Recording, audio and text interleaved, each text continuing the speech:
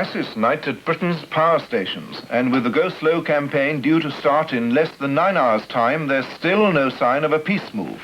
The effect on the public is still unpredictable, but there's always a tremendous demand for electricity on Monday mornings when factories start up after the weekend. The run on supplies could hit the domestic consumers and their Monday morning breakfast, but is still not certain, and the milder weather may help to keep things normal. As for transport, London's tubes won't be affected, but on the railways, southern region have plans to cancel up to 30% of their trains if necessary. The emergency plans at the hospitals too, army generators have already been moved to some. The power dispute is over pay and conditions, and Mr. William Tudor, leader of the union side, says he's been standing by all day for a last-minute approach. But Sir Ronald Edwards, the Electricity Council chairman, said the first step was up to the unions. And the Prime Minister called Mr. Frederick Errol, the Minister of Power, to Chequers this afternoon to discuss the dispute. Here's Alistair Burnett. The big question is what the Labour Party will do. The power workers apparently mean to put their case to Mr. Wilson, and Labour's sensitivity to the electoral effect of industrial trouble has already been admitted by Mr. Gunter, the Shadow Minister of Labour. Strikes or working to rule are said to lose Labour the middle-class vote and the housewife's vote. And last year, Mr. Wilson strongly advised the railwomen not to strike against the Beeching plan. But the power workers say they're fighting for the 40-hour week, a broad trade union objective.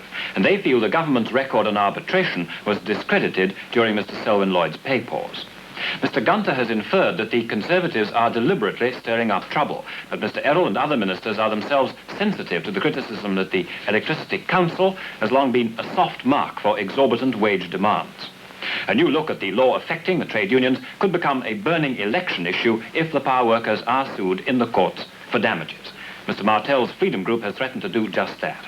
And of course, there's the postman's strike due on April the 16th. So unions and wages have been put smack in the middle of electioneering. Will all this make Sir Alec plump for an early election? Well, one answer rests with Mr. Wilson. Now, news abroad, the Russians are to release the 2 remaining American flyers shot down 12 days ago over East Germany. An announcement in Washington tonight said their release was expected in the very near future. The third member of the crew was freed by the Russians yesterday. He was handed over at a Soviet hospital in East Germany and was taken to Hanover by ambulance. He has a broken arm and leg. From Hanover, he was flown to Wiesbaden for convalescence.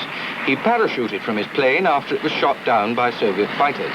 The Americans say it strayed over communist territory while on a training flight. The Russians say the plane, a reconnaissance bomber, was on a spying mission. In Washington, Mr. Dean Rusk, the U.S. Secretary of State, said the incident was now closed. The Indian Prime Minister, Mr. Nehru, has written to President Ayub Khan of Pakistan and suggested that they join together to stop the spread of religious violence in northeast India and East Pakistan. In the last 4 days, 140 people have died in the fighting between Hindus and Muslims in northeast India. A move to dethrone world heavyweight boxing champion Cassius Clay. He's accused of contract irregularities by the World Boxing Association, whose president, Mr. Ed Lassman, says Clay has infringed association rules and acted to the detriment of boxing. Clay is setting a very poor example for American youth, he says. He says that before the fight with Liston, Clay agreed that if he won, he'd let Liston promote his next fight. Soon after he'd won the title, Clay announced that he'd joined the Black Muslims, a Negro supremacy group, and changed his name. He talked to reporters about the change in New York. Cassius Clay is a name no more, is that right? Yes, sir. It's Muhammad Ali. Muhammad means worthy of all praises, and Ali means most high in the Asian African language. How long have you had the name? Well, for about 2 weeks now. Was anybody special gave you the name? Yes, sir. My leading teacher, the most honorable Elijah Muhammad. Is this part of the religious beliefs and Yes, concepts? sir. Yes, sir. I'm going to soon take a world tour, and I'll be going out through Asia and Africa, Egypt, the holy city Mecca, and all of these real holy lands. You must be of Islamic faith, and you must have an Islamic name to enter the gates.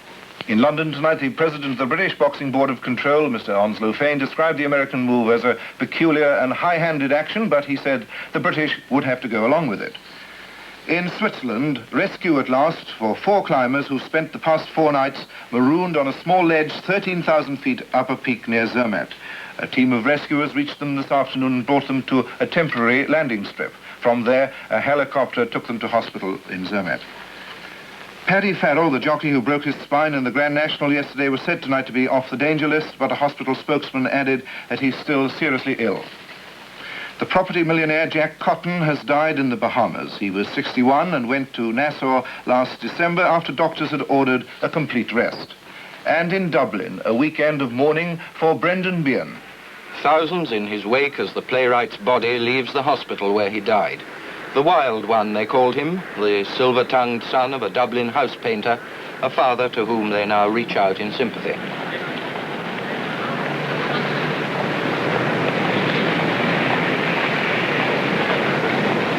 His pallbearers, the men who once fought with him in the IRA, long before Brendan's literary magic shone through the mists of his alcoholic world. He was the roisterer who interrupted his own plays. This weekend it was the Dublin traffic he stopped. Tomorrow they bury him, and the Donnybrook bell will toll the end of his 41 turbulent years. A movement that helps misfits in society held its first public rally in Trafalgar Square this afternoon. It's called the Simon Community, and it particularly tries to help those with no homes or families and those who drift in and out of prison. Well, today was Palm Sunday, and in Rome, Pope Paul distributed palms at the traditional service that marks the beginning of Holy Week. It was his first Palm Sunday service as Pope. Last Easter, Pope John was still alive.